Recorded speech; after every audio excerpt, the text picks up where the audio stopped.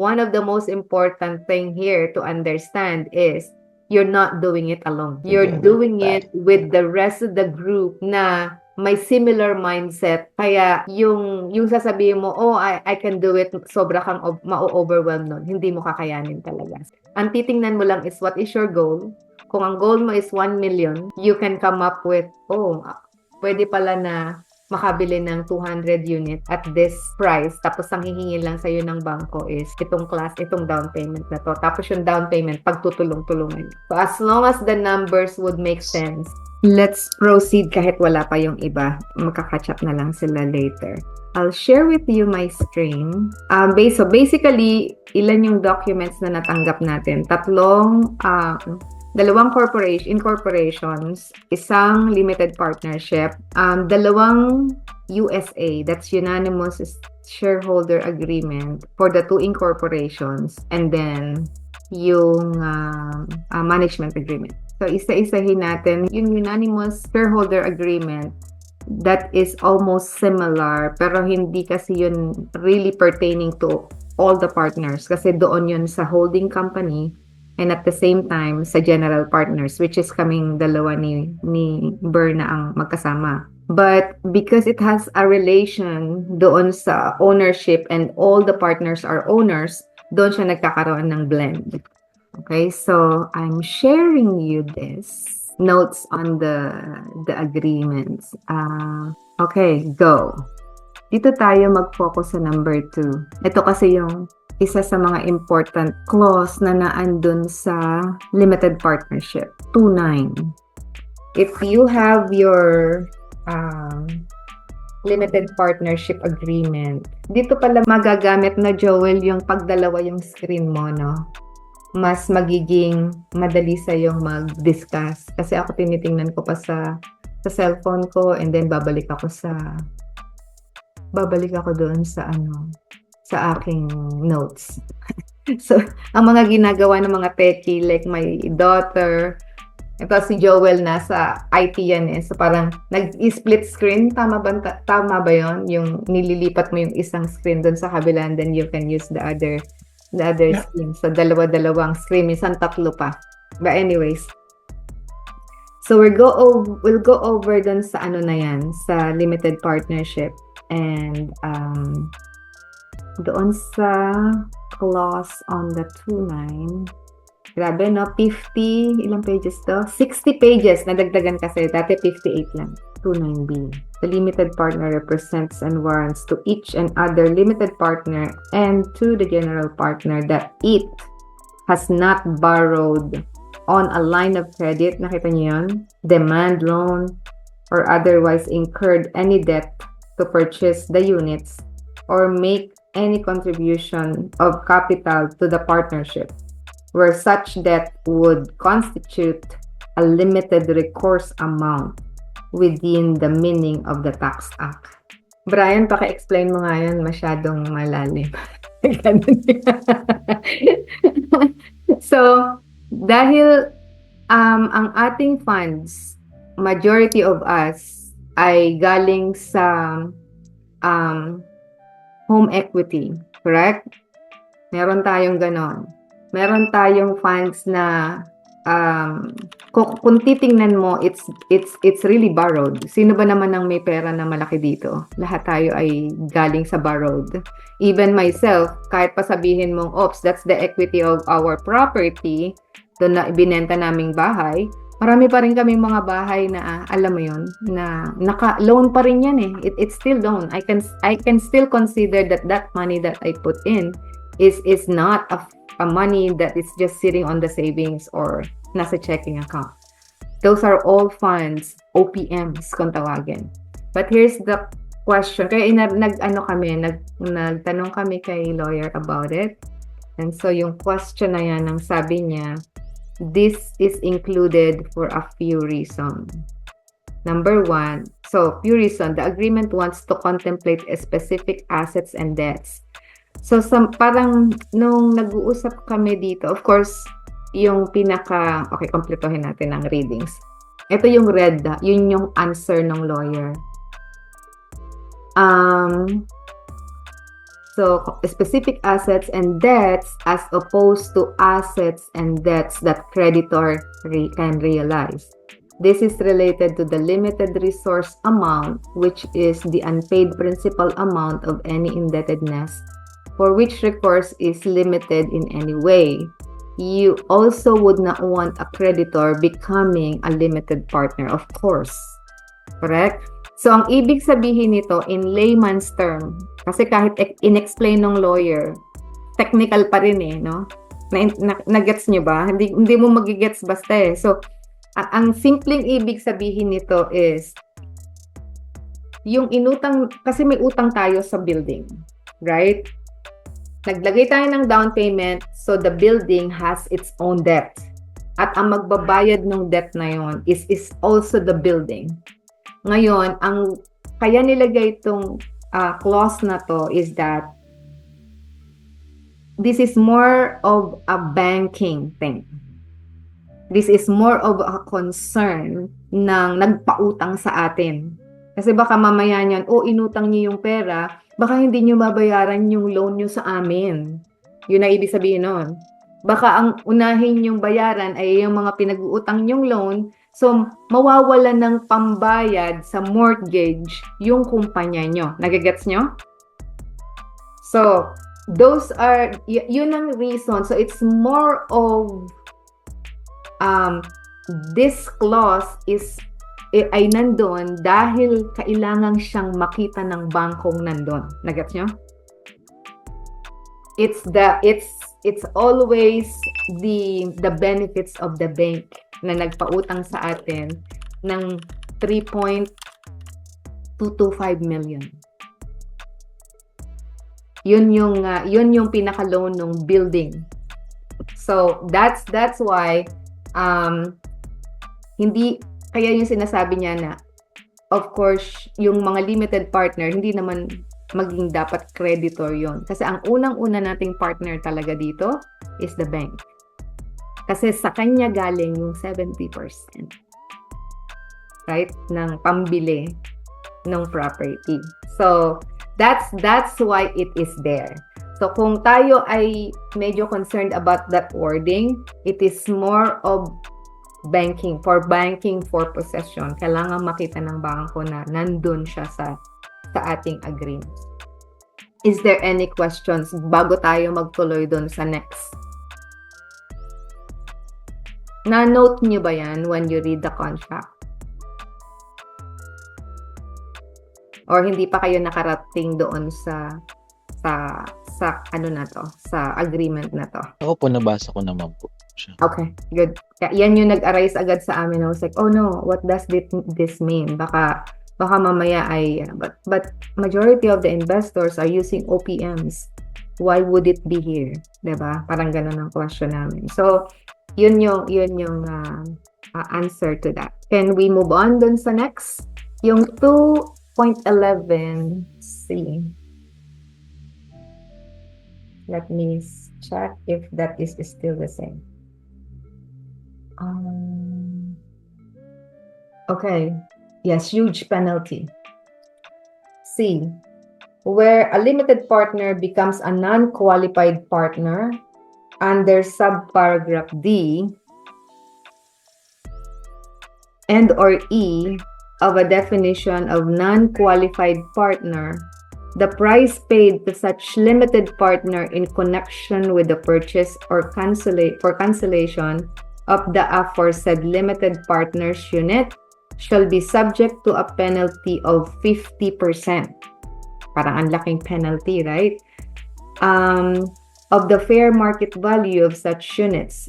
Such fair market value being determined by the market evaluator selected by the general partner. So, ang question dito is, ano ba yung ibig sabihin ng non-qualified partner?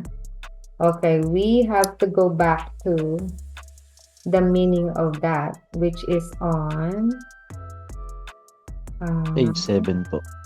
Page 13 po. 13 ba yan? Non-qualified partner. Actually, punta muna tayo sa 7. So, a non-qualified partner, ito yung sa definition. Okay? Nakaka-follow through ba kayo? I want you to, baka meron ng mga kasama tayo sa group. Hindi ko nakikita. Oops. I think, let me see. No. Okay. No, wala pa. Let's go to, okay, letter A. Sabi, what is a non-qualified partner is a non-resident, tax shelter investment, or any entity in investment in which would be a tax shelter investment or in which a tax shelter investment has an interest within the meaning of the Tax Act. So, nilito na tayo ng gusto. Pero bago natin i-explain yan, diretso natin yung basa kasi habang binabasa natin, doon natin siya maiintindihan. Okay? So letter B is a partnership which is not a Canadian partnership. Okay? Within the meaning of the Tax Act. Sino ba naman ang makakaalam ng meaning ng lahat ng terminologies na to sa Tax Act unless tayo ay tax expert? Kahit nga lawyers, hindi din sila ganun ka-expert sa tax. There is a specific tawag nito, specialty na talagang ang focus is tax. So, anyways, it's just for the purpose of tawag nito. Nilalagay nila to dahil at some extent yung ating partnership, anything included in this agreement has something to do with taxes. Okay? So that's why it's there. Sa C is a partnership which does not prohibit investments by the persons named in subsection A or B. And then D is a party that has derived a financial benefit from the project that is not expressly contemplated hereunder or that has not been approved in writing in advance by the general partner. Financial benefits derived that shall result in a partner becoming a non-qualified partner shall expressly exclude the following financial benefits which are acknowledged, agreed to, and expressly approved by the partners. And then letter I, intentionally deleted. Okay. And then what's this? Partners, which is intentionally deleted. Okay, letter E, for subparagraph partner shall include covenantor, that is the principal, and the covenantors that are the principals. Kami yung covenantor. General partner. Okay. Ang ibig sabihin yan.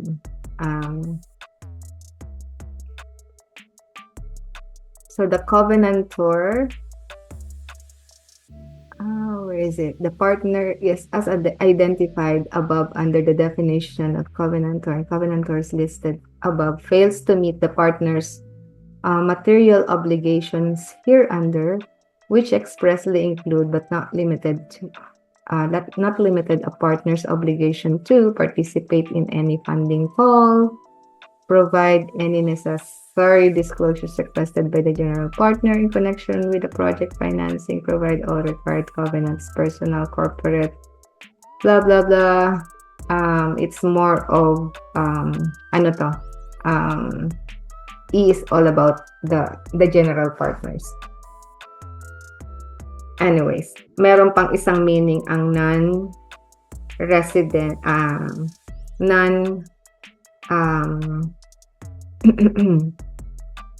qualified partner. That is probably yung number 13, Brian, correct? Page 13. Is that the page 13? Yun na rin po yung tinignan ko kanina. Yung pinasa niyo po. Same thing. Okay. Okay. Meron kasing sinasabi dyan na it will become a non-qualified. Okay, hold on.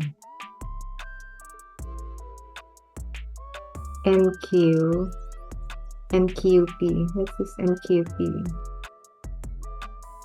Okay.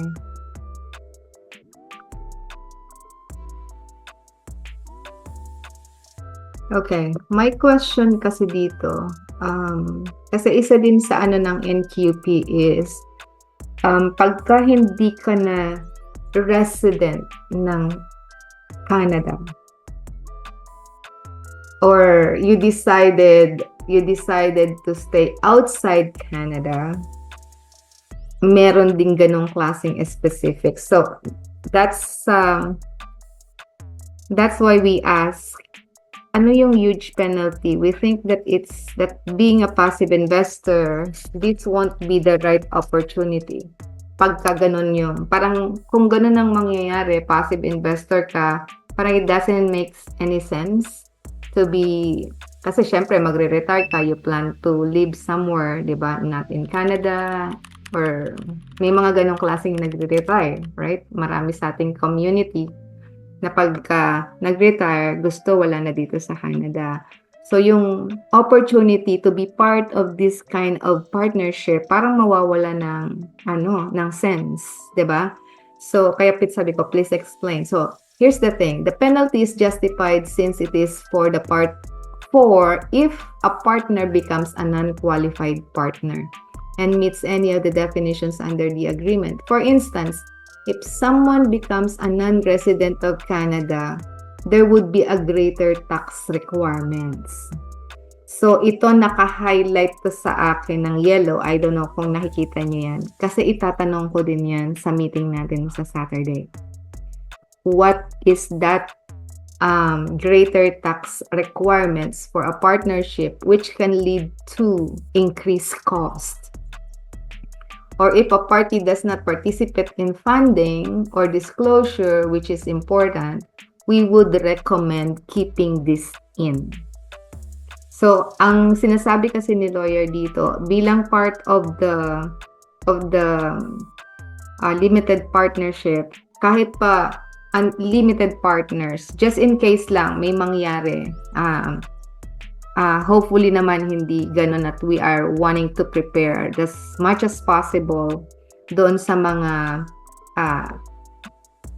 tawag nito, yung mga, let's say we need to do some reserve funds dahil kakailanganin natin in the next 10 years ang roof natin baka magpalit, something like that. So ipopondohan natin yun a little bit, but just in case kakailanganin na we have to come up with this much of funding at ang mga limited partners ay hindi ganun cooperative, yun yung sinasabing does not respond to a funding call na tinatawag, yun yung somehow nagiging tawag nito, may possibility na magkaroon ng ma-quote and quote non-qualified or hindi ka na nagpa-participate being part of the group, something like that. Kaya nilagay nila yan dyan, which is, I believe, majority of the partnerships agreement, ganito ang sistema talaga. So you wanna keep the group intact moving forward. Yun yung ano nito, parang pinaka essence. So yung okay, do you have any questions on that? Kasi that is something na importante sa akin dahil passive investors tayo and I would want to make it sure that everyone's yung ating direction moving forward na maging passive investor sa ating mga projects. Hindi tayo malilimitahan na magpe-penalize tayo because we decided not to stay in Canada or not to be a resident of Canada or maapektuhan ng partnership dahil one of us will not be staying in Canada no more. So, kanina, actually, just a side note, kanina kausap ko yung lawyer namin sa Philippines kasi nga maraming mga kakilala na nasa Pilipinas na at some point gusto nila mag-invest dito sa Canada. So, ang suggestion niya, if that would be the case, as long as it's transparent and ang gagamitin, mas better gamitin ang corporation kaysa sa individual person investing in Canada.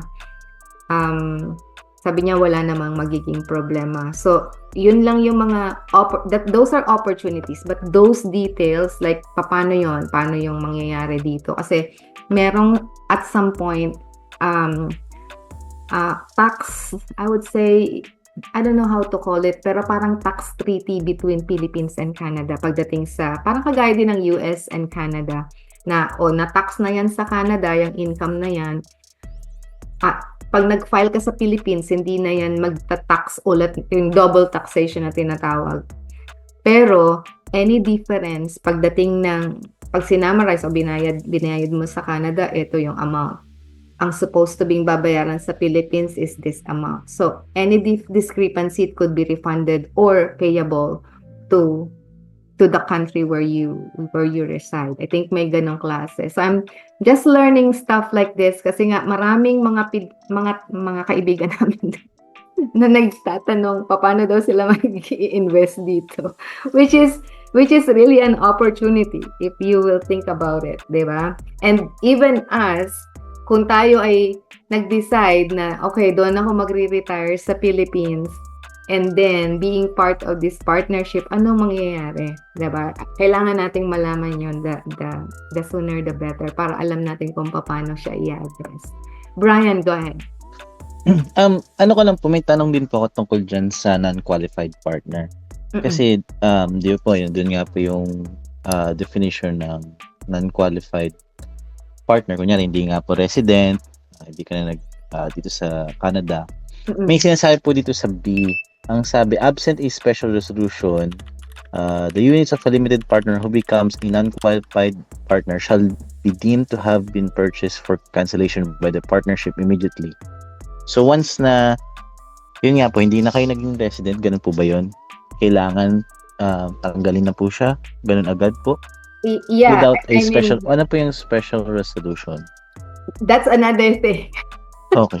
Na nakalagay sa list ko na meron sila actually sa email na I think that's one of the added information dyan, which will be discussed sa Saturday. Kasi yung special resolution na yon, hindi pa rin namin yun na tawag nito, nadaanan doon sa aming first review. So they just put that in, which will be part of their discussion by Saturday. So I was like, okay, I'll hold my questions about it anyways. So, ayun siya. Well, everything will be ironed out. Ang dito kasi tinitingnan natin lahat ng angles.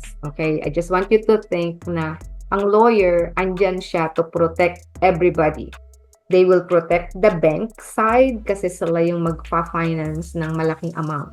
So, anything related to what the bank would like to see in the contract, ilalagay nila yon. That's 100%. Okay? And then, protection na nila itong limited partnership kasi tayo yung may-ari ng property and lahat tayo ay mayroong specific rights based doon sa ating units. So, lahat has to have their fair share and yung treatment. Kaya nga, yung pagdating dito sa, sabi ko masyadong mataas yung yung pine-penalty sa mga partners pag nagkaroon ng ganito or ganyan. And I was like, parang, hindi ba pwedeng mas bababa na lang doon? Sabi niya, we're gonna be discussing that more sabi niya, in front of everybody para mas maintindihan natin why the contract is made or the agreement has been made that way. And then, so another protection for the GPs themselves, protection for the limited partners themselves, and then meron tayong holding company. So all of those are related to one another kasi. And again, protection din sa kanila kasi sila ang gumagawa ng contract na to. Ayaw din nilang mabalikan natin sila na, oy, mali yung ginawa niyo kasi dito. Diba? So those are the contents na nandito sa contract na to. Kaya we just wanna make it sure na nabasa natin and malinaw sa atin. Although yung technicalities pagdating sa terms, sila lang nakakaintindi niyan. Oh my goodness. For whatever reason, that's the way they made their English. Hindi ganun ka straightforward or layman's term. So anyways, let's proceed. Doon tayo sa 3.3. Okay? Ang 3.3 is covenants of the general partner seems to have a restriction to kasi to do other business. So kaming dalawa ni Berna bilang realtor ako, siya nasa finance. Ang sinasabi kasi pag sa amin, especially sa real estate, pagka nagkaroon ng ganitong specific wording sa contract, ang ibig sabihin nun, this is the only activity na kailangan namin gawin. We are restricted to do anything else. And I was like, nako, lagot tayo dyan, hindi na ako makakapag-gawa, hindi ko na magagawa yung business ko. Si Berna, hindi na niya magagawa yung business niya. So, that's one thing that we clarify. And the lawyer is, so this restriction is to confirm that the general partner is not doing other things that may jeopardize. Kaya naka-highlight yan. Again, I will gonna ask our lawyer, ano yung mga activities na may possibility mag-jeopardize. Right? So, because he put that in there as an answer, I just wanna make more clarity on it. So, this applies only to the general partner and not to individual partners. Kayo.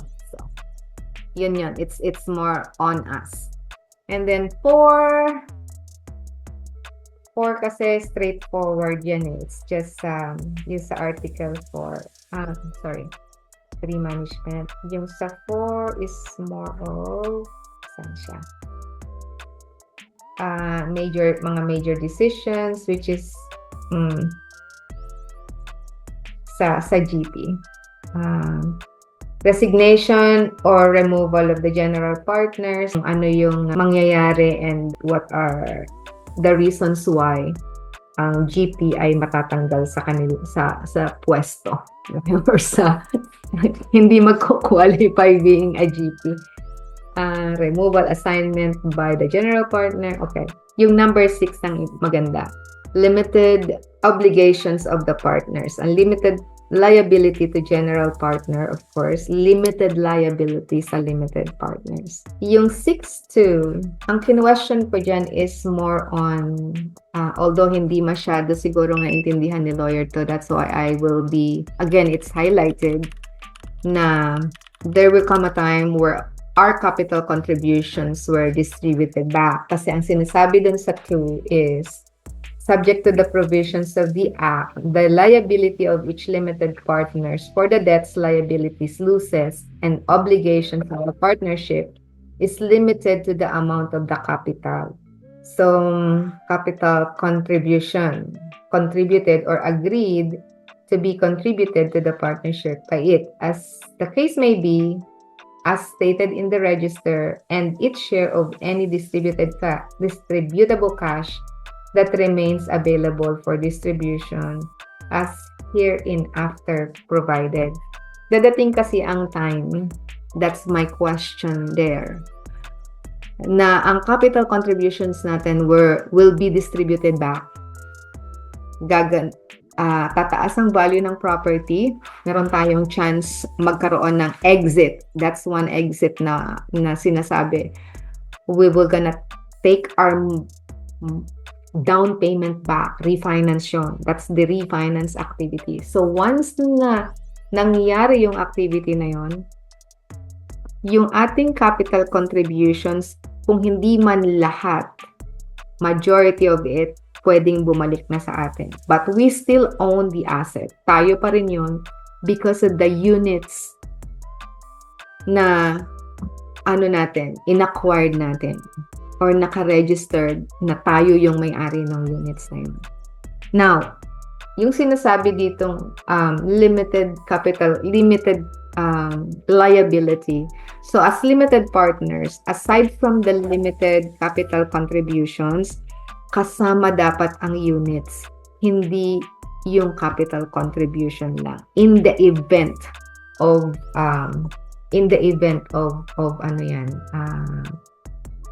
tawag nito, yung sinasabing limited liability. Okay? Hindi, kumbaga sama-sama tayo sa hirap at ginhawa. Okay? That's the tawag nito. Yun yung ito yung ating agreement dito. Okay? So 6.2. So this is for the creditor protection. Again, ang bangko,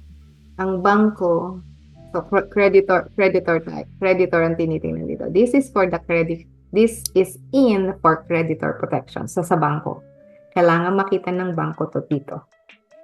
And that you are the only limited to their it's like owning shares in a corporation that you are only limited to their investment. It is important that this includes in here. Let me know kung may question kayo, okay? Just in case. Kasi pagdating sa Saturday, we can't hold the time of the lawyer longer. Well, of course, because of the obvious reason that if you keep them longer, we're gonna pay more. per hour ang charge na sa atin. So, kung ma-shorten natin yung ating meeting sa Saturday, the better. Kaya if we have any questions right now, I just want to make it sure that I jot everything para pagdating sa meeting natin sa Saturday, dire-diretso lang tayo. Kasi the rest of it, alam na natin. Okay? Moving along tayo, 9.1. So 7 is more of yung ating units. Pagdating sa subscription, meron tayong individual subscription agreements which will be signed by each one of us pagdating sa Saturday. Hindi yun isinama dito kasi it's just a regular template and most of the information na nandun, ito din halos. But it's just, I believe a subscription agreement is just one page or 2 pages, hindi ganun kahaba. Hopefully, kasi ang ginagamit na subscription agreement sa US is just 1 page. Dito sa agreement natin sa limited partnership, talagang mahaba to. Okay? That's understandable. Okay, now let's go to the subscription agreements. Okay, there you go. Number of units. Unless meron kayong questions dyan sa number 7, let me know.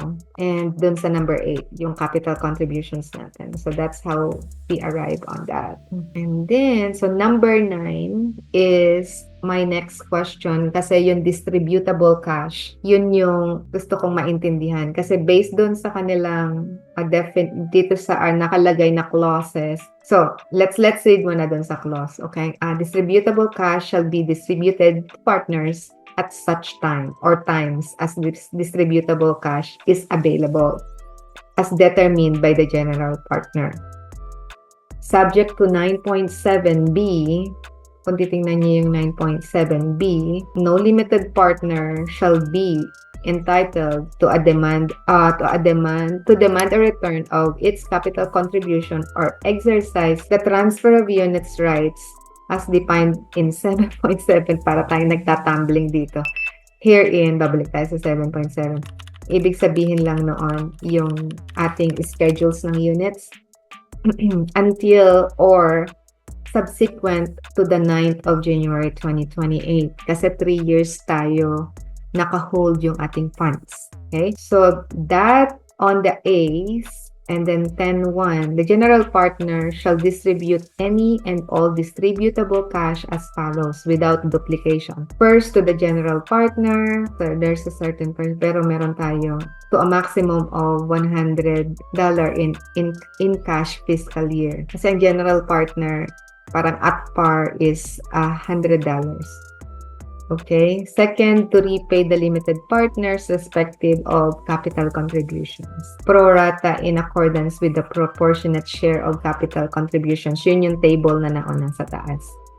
And third, to the limited partners, pro rata in accordance with their percentage interest of distributable cash. So, on the answer, ang sabi ni lawyer, per definition means all cash received by the partners other than capital contributions and after payment of all costs and expenses of the partnership. So, of course, meron tayo rental, pero meron tayong binabayaran. May rental income tayo, pero may binabayaran tayong mga expenses in the operations. So, operations expense, certainly including management fees, minus a reserve for working capital. Ito yung mga future, parang reserves na tinatawag.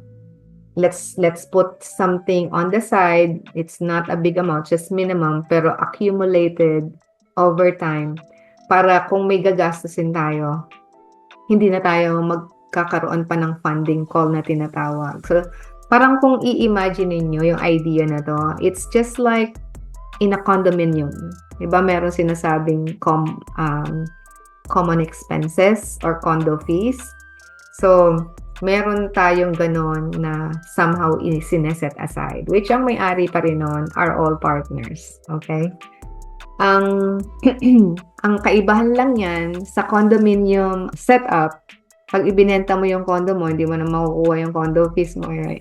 Dito, kapag ka nagkaroon ng, let's say, one of the partners after 3 years leave, so merong somehow proportionate share doon sa, I know that's how it will gonna be. Distributed by, determined by the general partner or for certainty, distributable cash includes but not limited to and amounts received on the sale of all or any part of the project of the property.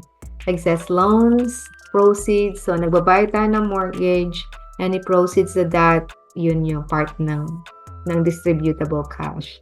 Kung sakali naman na may mga insurance claims just in case, kung merong proceeds na insurance proceeds, ginastos natin yung iba, may natira, so it's still, so anything, so it's basically any possible cash that is for the partnership, it will be distributed accordingly. So, kaming general partners ang magde-determine noon, and it will be all reported sa bawat isa sa atin dahil tayo ang may-ari ng property. Okay, clear ba yung distributable cash? Mel, may tanong ako. Go ahead. Say it will be determined by the partners. General not partner.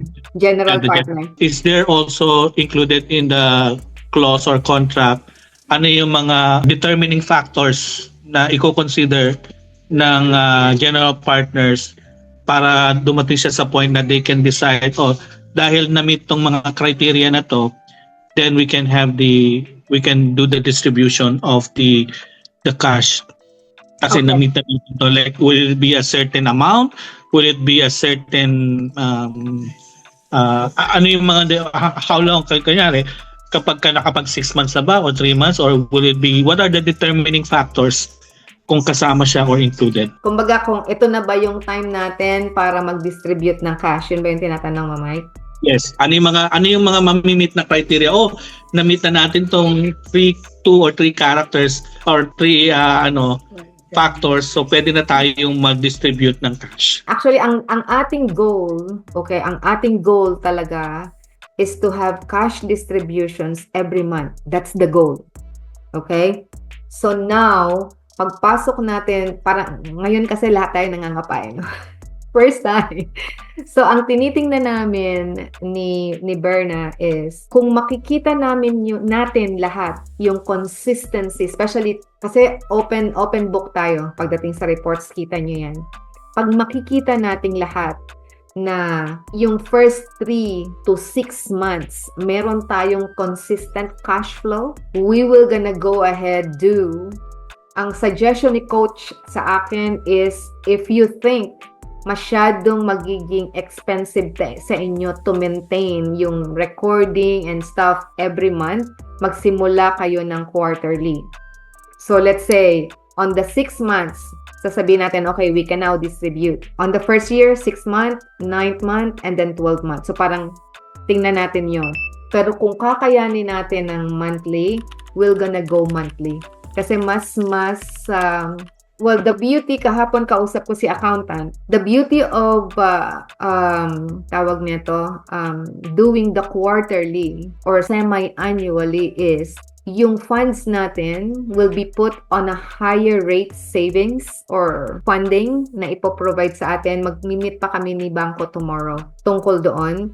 And aside from the cash, itong cash na nanggagaling sa kumbaga net cash or distributable cash na i-distribute sa atin, it will be put on a higher rate savings account para pagdating sa distribution, we still earn a little bit of interest.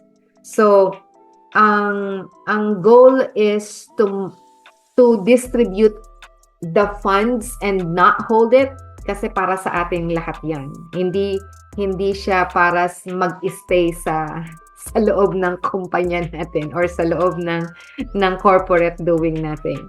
Okay, so yun yung ano natin, Mike. So, income madedetermine natin through rent, all the expenses, minus all the payments natin sa mortgage, anything left over, distributed.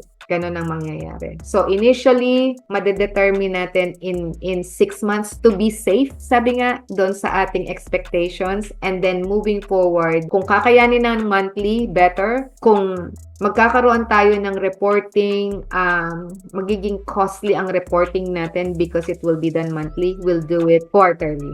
Kasi at the end of the day, ang costs will be shouldered ng lahat ng partners. Kaya, the less costs we incur, the better. Kasi more money in our pocket. Maliwanag ba yon, Mike? Did I answer your question? Yeah, Okay. thanks. Okay, sounds good. Again, the effect of a default event, 10.2, halos pareho nung kanina. Yan sa tayo nakataas ang kamay. Ay, ako po, may tanong po. Okay. Ano lang po dun sa 9.1B, tanong ko lang po kasi medyo naguluhan ako doon. Kasi may mga sinabi po doon. For example, yung I, iba po ito yung pagkakasunod-sunod ng distributable cash. So, yung una po, sabi dito, first, kailangan muna pong bigyan ng general partner up to maximum of 100 in fiscal year. And then, second, tsaka na po babayaran muna bibigyan yung distribution yung limited partners. Limited. Based on their capital contribution. Pro rata with their proportionate share of the capital contribution. Yes, but then yung third is accordance with their percentage interest of the distributable cash. So yung 2 and 3 po. Yung 2 and 3 ang medyo, it's a question, right, Brian? Yes. Yes po. Ano po ba siya yung difference niya? Kasi yung una po, based sa capital contribution natin, kasi parang lumalabas kasi po ganito. Wala siyang pagkakaiba, correct?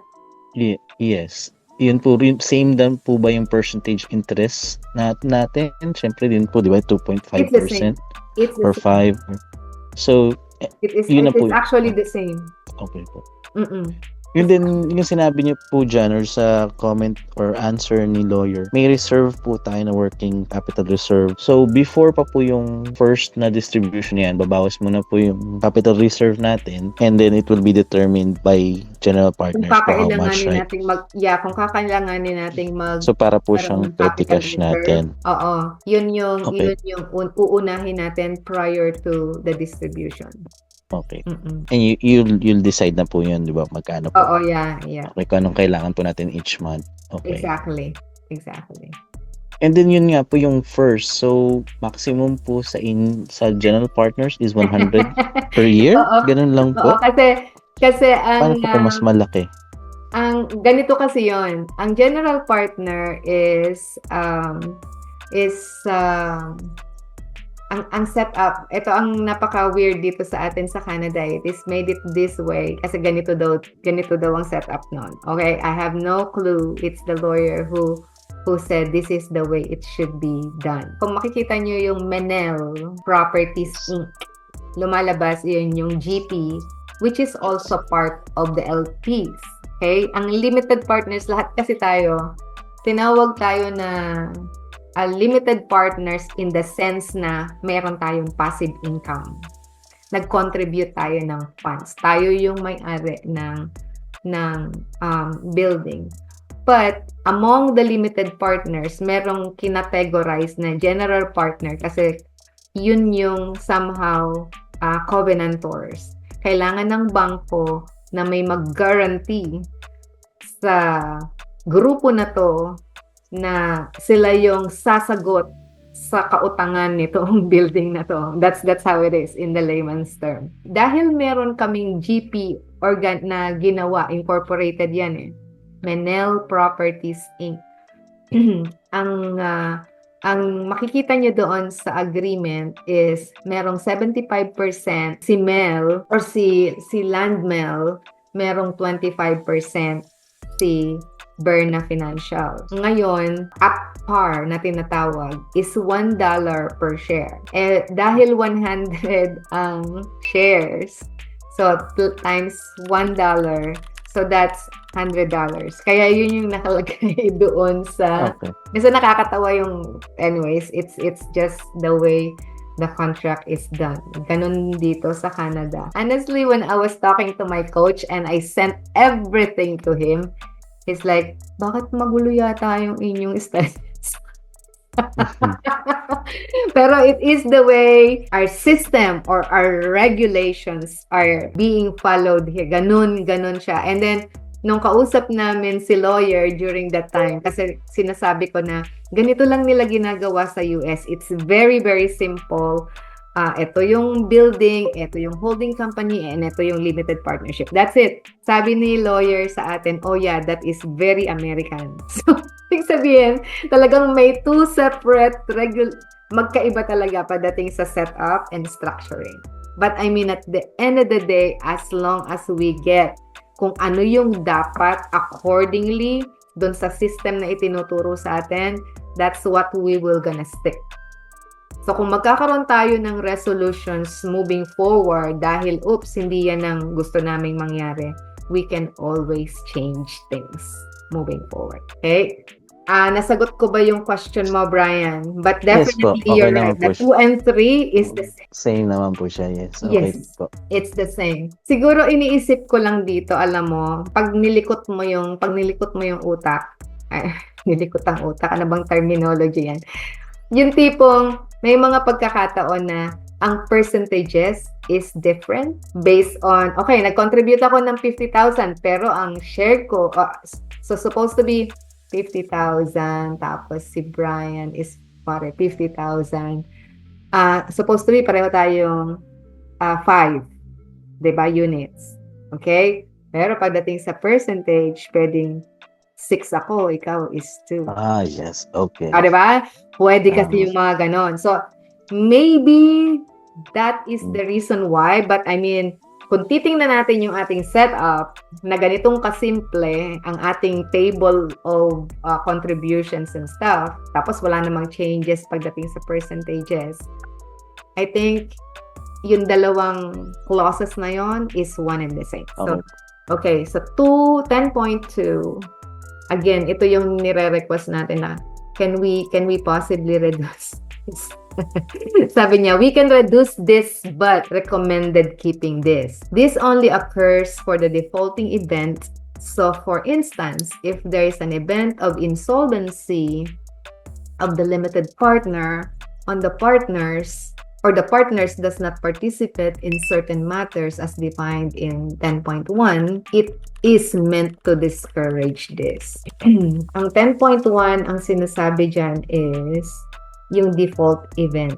So, binibigyan din tayo ng, alam mo yun, kapartner ka dito, let's take good care of everybody's, yung ating mga finances. Let's be good na maging mabuti tayong katiwala. Yun yung tinitingnan kong simple definition of this.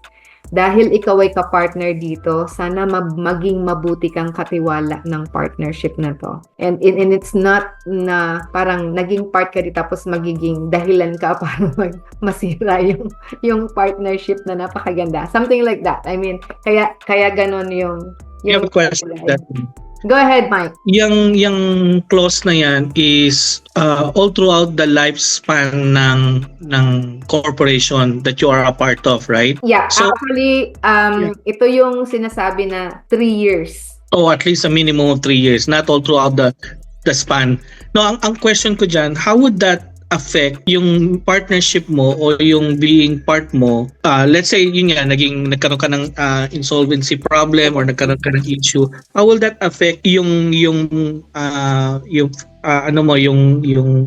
share mo if unless gagamitin mo siya yung share mo into that i-describe mo. Parang magkakaroon ka ng event na defaulting event. I'm thinking is kung magkakaroon ng this will be one of your reason para i-withdraw whatever you contributed. Okay, so it's more on to withdraw your share. It's not more on hindi mo pwedeng gamitin yung share mo as a parang let's say collateral.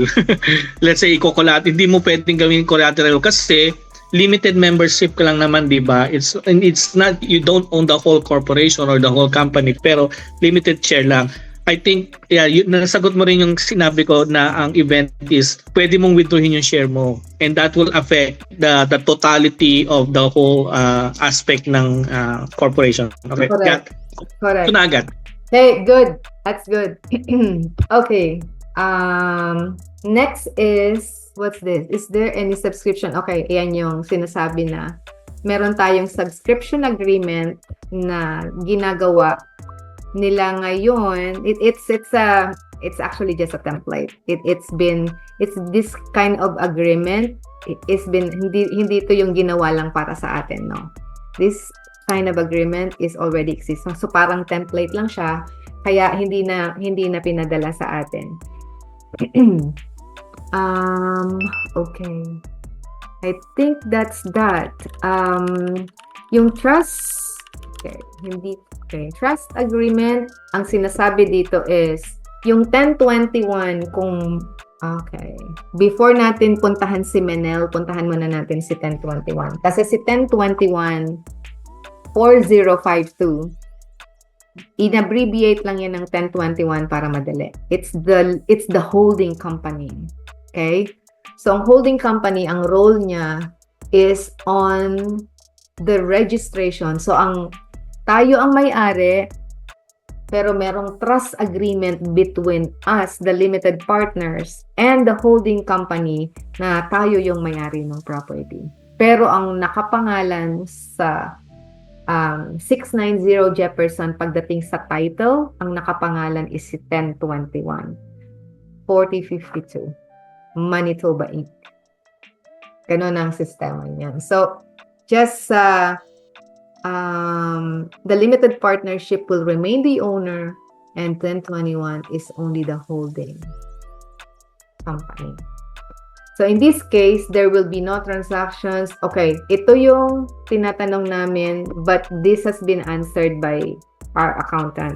Kasi, ang majority of recording is mangyayari din. Well, si Brian, isa sa may accounting background. So, it's more, recording will be, suggestion ni accountant is i-handle pa rin ni holding company. Majority of it. Okay, so number 4, and let's go to the first one. Yung first, the USAs. So again, this is not much of a limited partnership. Parang limited partners concern. Limited partners concern. This is more of the general partners concern. But dahil dun sa link na ang may-ari ng property ay tayong lahat, kaya ipinadala din ni lawyer sa inyo yung information na to. So this will be, i-go over lang natin. Ang Menel at saka yung 1021, again, very similar ang kanilang agreement dahil that's the way the shareholders agreement is being done. for that simple reason. And then, well, yung question ko that we are both accountants. Kasi ang mga accountants, like, of course, Brian would attest to this. Brian, mas maiintindihan natin ang takbo ng kumpanya kapag ka nakikita natin how everything is being recorded. Correct? Yes po.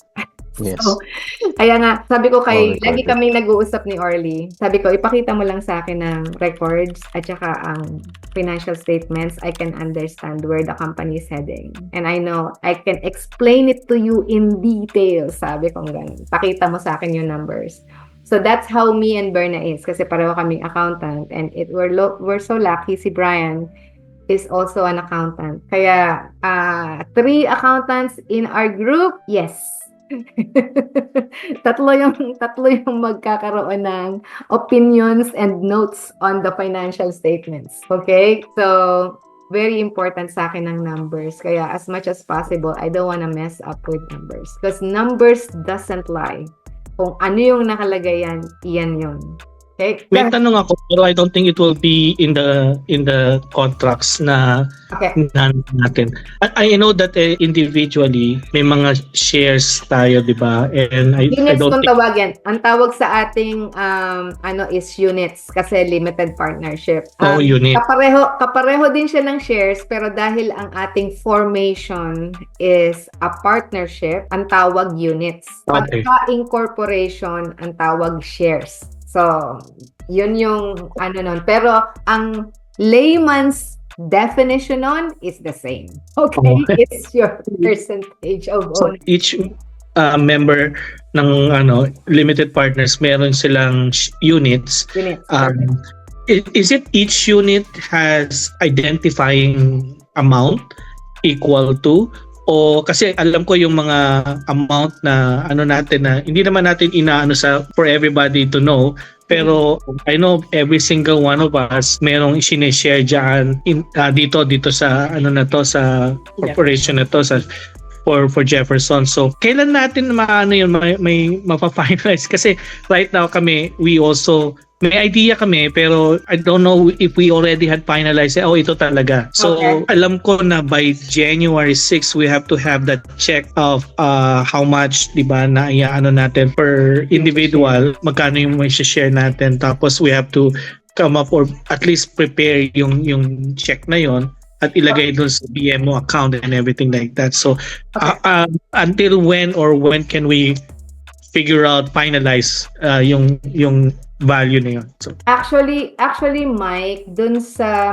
nakalagay nating agreement dito, ang naging capital contributions. Kung makikita mo dun sa 8.3 limited partner capital contributions, unless this would be kumbaga 50,000 kasi ang nakalagay na capital contributions under you. Now, if you would want to make some changes, kasi dun sa ating pipirmahan,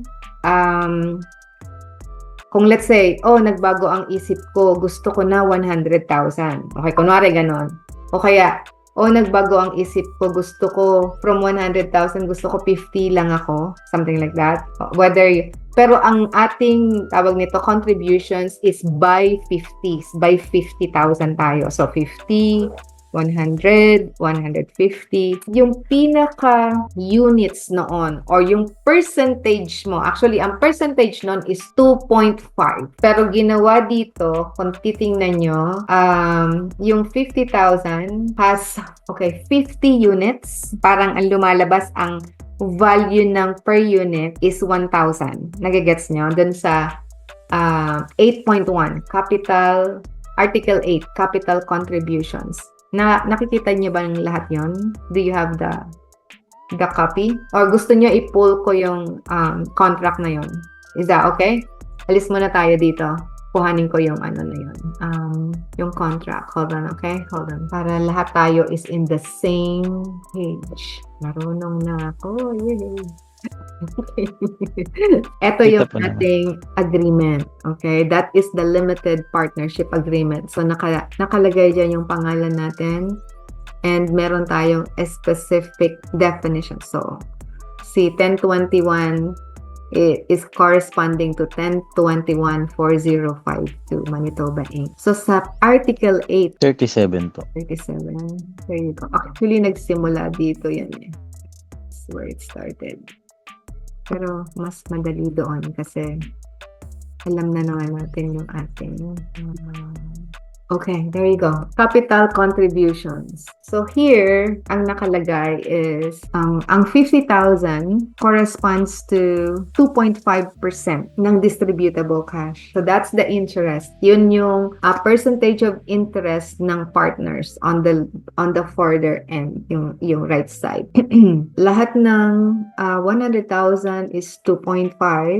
5%, 50,000 is 2.5. So, if magkakaroon tayo ng changes, let's say, I still have some funds to investment, pwede ko pa bang dagdagan yung aking contributions? Merong possibility na ganun. Now, dahil ito, as far as I know, kanina, iniregistered na to sa company's office, ito yung contributions na ilalagay natin.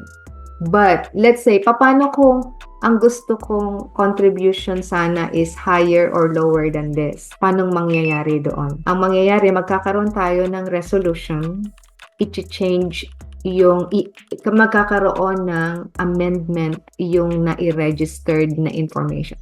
Nagets nyo? So, dun sa question ni Mike, na magkano yung contributions, Mike? Is that what you were saying earlier? Na kailangan nating i-deposit, di ba? Okay. Yes, yeah. Most of it nasagot mo na, but on yung ano na before on or before January 6, di ba? So it has to be all of it, right? Kung ano yung okay, it has to be on that account. So and then siguro paano na lang or ano na lang yung mga information na ilalagay ko sa bank, ano yung account number or account name na kailangan ilagay para doon kung kailangan i-request iba-bank draft. Actually, I ganon. believe ang ating magiging, although hintayin natin yung instructions ni lawyer, but I believe we will gonna do a bank draft. I-deposit natin yung ating mga capital contribution sa trust sa holding company.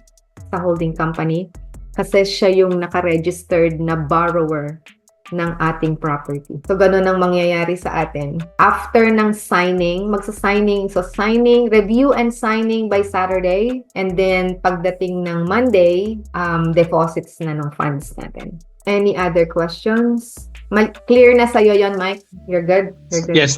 Huwag ka mag-alala, Mike. Kapag dadagdagan mo pa, go ahead. We still have some room. Actually, nakakatuwa itong very supportive naman yung ating bangko, Access Credit Union. Kasi nga, di ba, initially, ang approval na binigay niya sa atin is mas lower ang down payment. Kaya sabi ko nga, during that time, I won't really worry about the down payments kasi taken care of. However, nung na-finalize yung mortgage noong early December, ang nangyari, tumaas yung down payment. Imagine from 765 naging 1.365.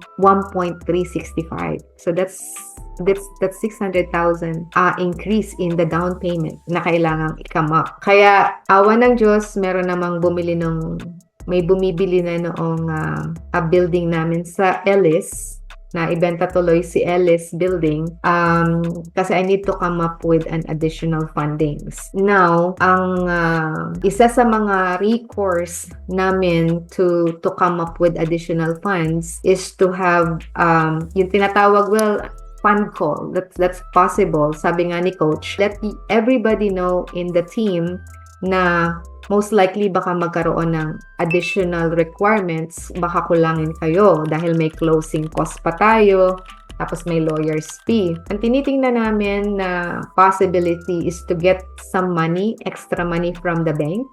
And by doing so, ang naka-charge na interest doon sa bank is between depende yan kasi it's a variable thing. It's gonna be between 8 to 9%. So, kung meron tayong extra funding, pwede tayong, instead na sa bangko pa kami kumuha, pwede kayong mag-adapt. But that's gonna be a preferred yun.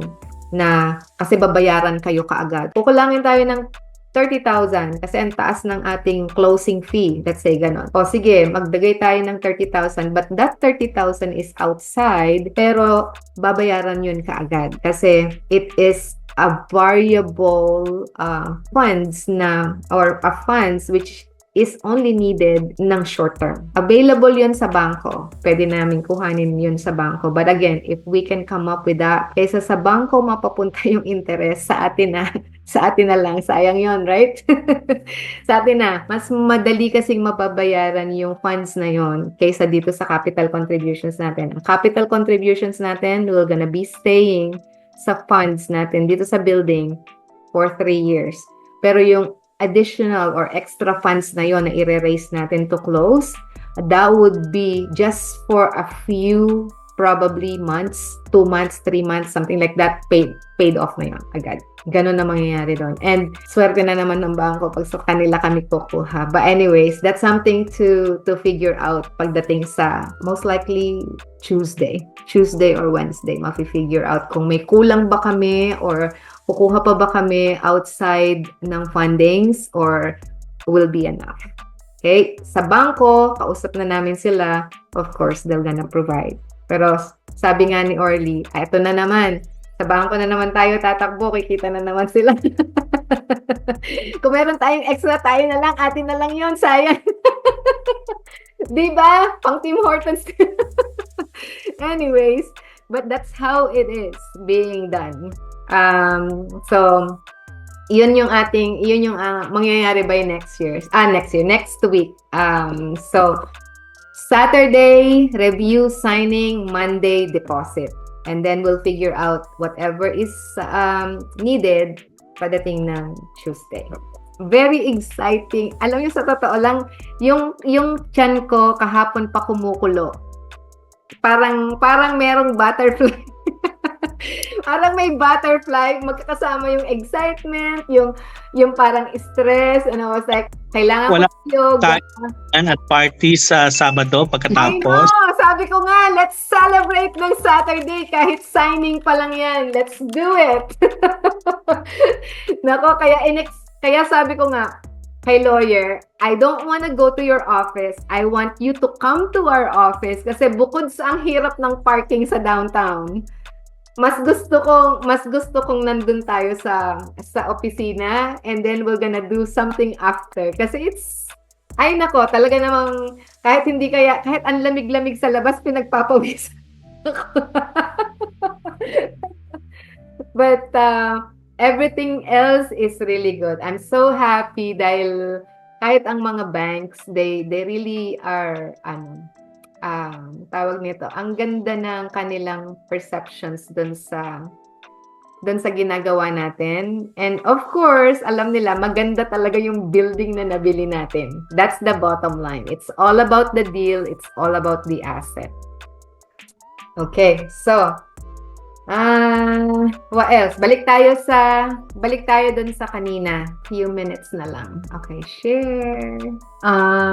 Yung transfer of shares, well, again, when it comes to shares, ang ibig sabihin nito, corporations. Tandaan nyo yon, that is investment 101. Knowing incorporations and partnership.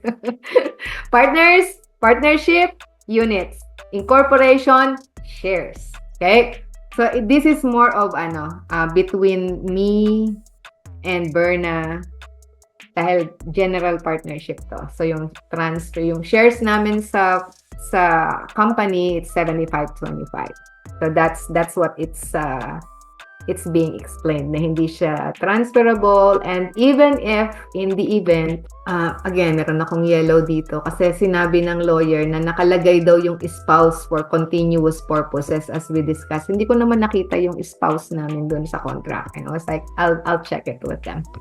Kasi ginawa nga nila dahil para mas less yung agreements na gagawin instead sa individual lang ang kapag isasama pa natin yung ating mga partners, mga wife and husband, isa na lang para mas less ang gastos. Kaya inalis yung aming husband. Anyways, pumayag naman sila na kami lang dalawa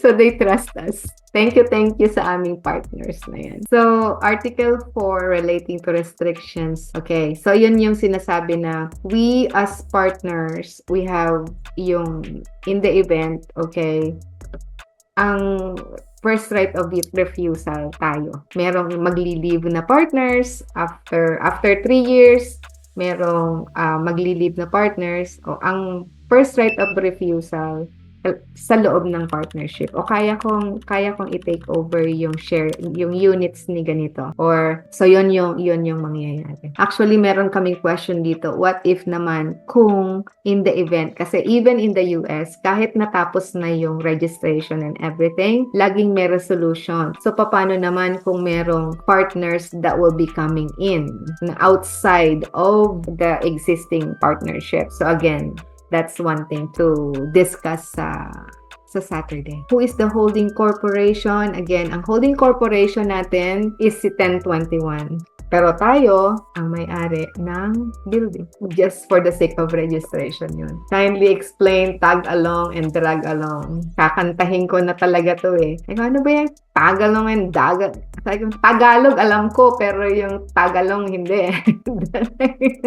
Drag along. So, simply put, sabi niya, tagalong rights ensure yung minority shareholders have the chance to participate in the sale initiated by the majority shareholders while receiving the same terms and conditions. So, yung contrast nun, yun naman yung drag along. The rights enable majority shareholders to compel, sila naman yung magko-compel dito sa mga minority shareholders na, mag-join kayo sa sale ng company. Ganon siya. So, that's the tag-along. Okay, I think that's it. Unless you would wanna see yung ating, ito kasi it's more of the agreements. Ganyan ka mahal. Imaginein mo ilan tayo sa limited partners. Ang limited partnership agreement, 8,000 yung cost nung 60 pages na yon na binasa natin. That's how expensive this is. But here's the thing. Moving forward on our next deal, hindi na yan ganyan kamahal. Kasi it's gonna be just a repetition of what they did to us. So, hindi siya ganyan. Kasi ngayon, talagang nagsimula tayo sa, okay, we want this in the contract, this, and this, and this, and this, and this. Kaya nilagay nila yung lahat ng kailangang mailagay. So, it's something, so yung standard nila na contract, plus ano yung in-input namin na kailangan nandun sa contract for the sake of the partnership, doon siya nagkaroon ng additional clause and additional yung mga specific na requirements na kailangan sa contract natin. So moving forward, let's say makabili tayo ng 100 units, sana matuloy yung February. Alam niyo ba sa February, there will be a confirmation kung matutuloy yun, kukuhanin na. Sana 100, yun yung 101 units. Game pa ba kayo doon?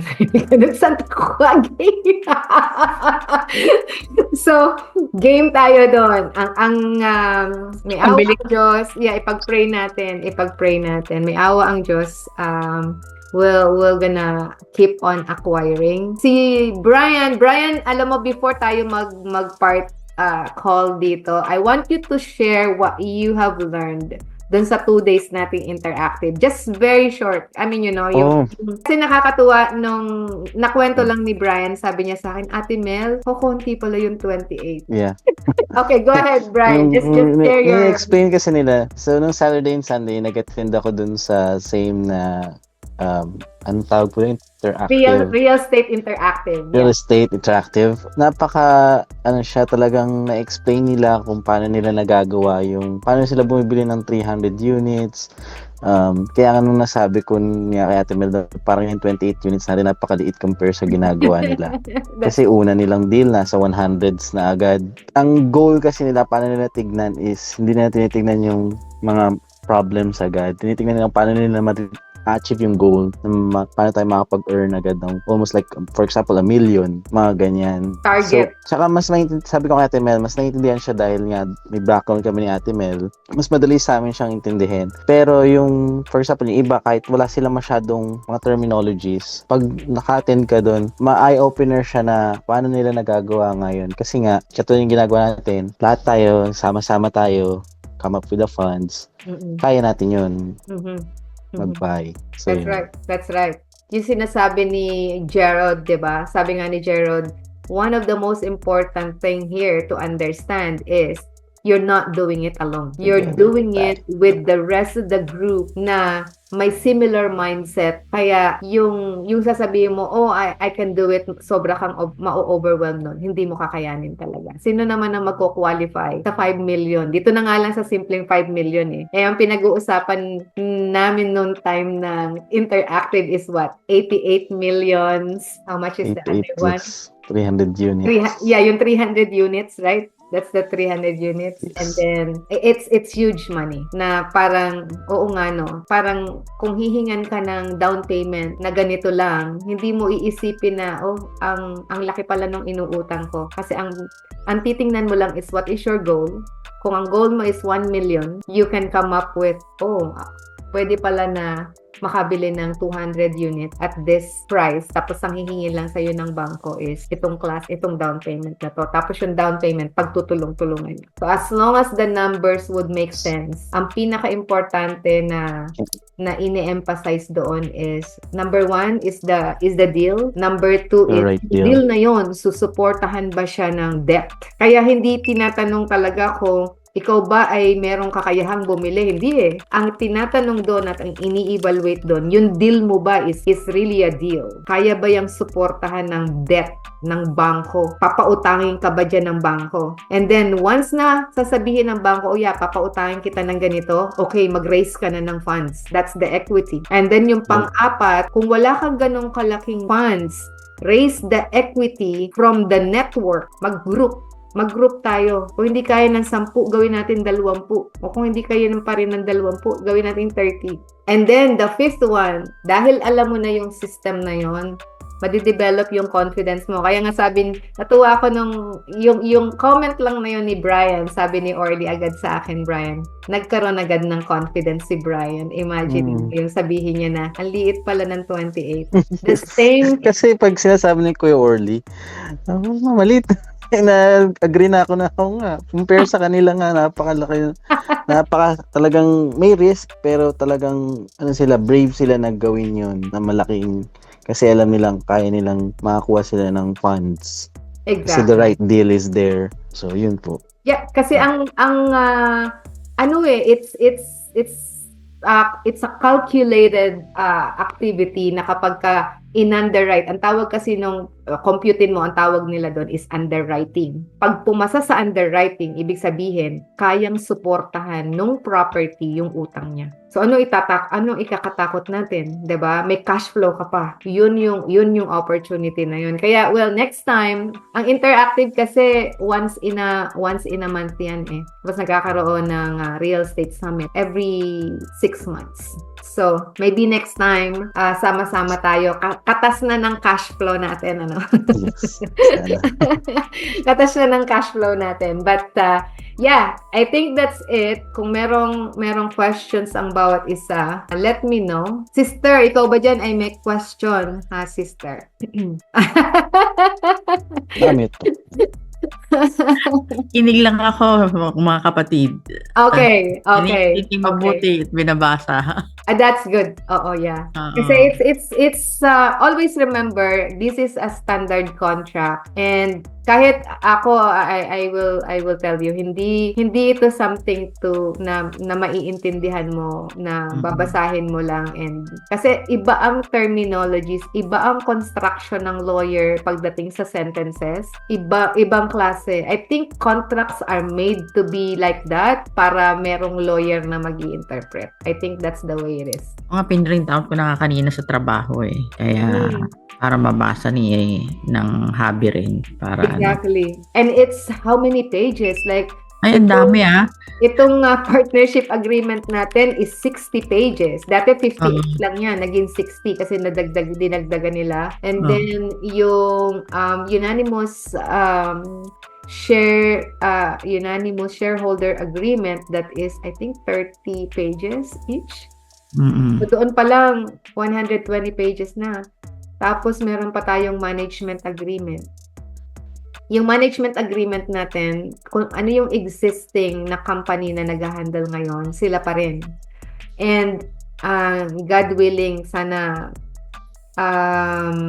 yung mga hinahandle niyang mga properties at kung mag-exit yung mga owners nun, tayo na yung bibili. Di ba? Positive nga. Of course! Kailangan maging positive sa lahat. Of course. And then, so doon pa lang, so hindi necessarily, well, I told you already na nagawa na namin i-review, na discuss na namin with the lawyers. Majority of the time, this is just an FYI for everybody. And as much as possible, we want yung interest ng bawat isa sa atin is taken care of. Like fair and square for starting day one moving forward. So, yun yung nakalagay doon. Okie dokie. Unless we have any questions, tinan mo, parang saglit lang, no? Pero 8:20 na. Ganda ng discussion. So, clear, everything is good. Basta if you have any other questions, kung makakarating kayo ng early ng kasi 1 o'clock ang meeting natin. Kung makakapunta kayo ng mas early on time by Saturday, andun na kami ng maaga, set up muna namin ni Orlean para pagdating ng bawat isa, it's all good. So, again, ang purpose nun is to review and for signature kasi ready na tayo sa ating capital yung deposit ng ating capital contributions ng Monday, the whole day of Monday. Okay. Up to Monday lang po. Up to Monday. Up to Monday. Up Just to to be Monday? sure. Naghahabulan. Ang mangyayari kasi dito, so actually, hindi pa to yung, I believe we were gonna be sitting down kami ni Berna sa office ni lawyer ulit after. Kasi yun yung ipoprovide namin sa kanya yung bank draft para sa down payment and closing cost. And then that's it. Basically, that's it. Kasi wala namang ibibigay na susi sa akin yung lawyer para buksan ko yung bahay. Not yet. Hindi pa tayo magkakating dito.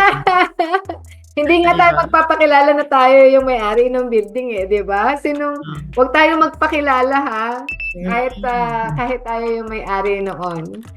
So, at least, quiet lang tayo, mag-a-acquire ng mga properties. Ang gusto ko actually, yung Garden Plaza doon sa kabila. Kita nyo yung, pag diniretso nyo yon, may malaking building. I think it's 100 plus units, 130. Katapat halos ng school, kung familiar kayo sa Garden City. Yung school ng middle school ba yun? Or kinder? After ng Sinclair. So if you're going Main Street, after ng Sinclair, so Jefferson, after ng Sinclair, madadaanan niyo yung maliit na apartment doon. Tapos may katabi siya, Garden Plaza ba or Garden Tower? Yun yung malaking apartment doon. Hanapin natin kung sino may-ari nun para magkatabi lang yung building. Anyways, Garden City, I would say, is Garden City. Iba ang Garden City. Kahit sa real estate, sa residential, iba ang Garden City. Way better than Maple. Way better. So, anyways, that's that. So, pag may questions we'll see each other sa Saturday. Tapos, ang chat naman natin is open. Don't forget your IDs. Papadala ko kay lawyer for documentations. Driver license ang driver's license lang. Yeah, it's driver's license lang. Okay. Okay, Doc? Bukas sa trabaho. Okay. All right. Sige. Okay. Good night, everyone. Everybody. Okay. Thank you. Good night. Stay warm. Malamig ngayon. Stay warm. Okay.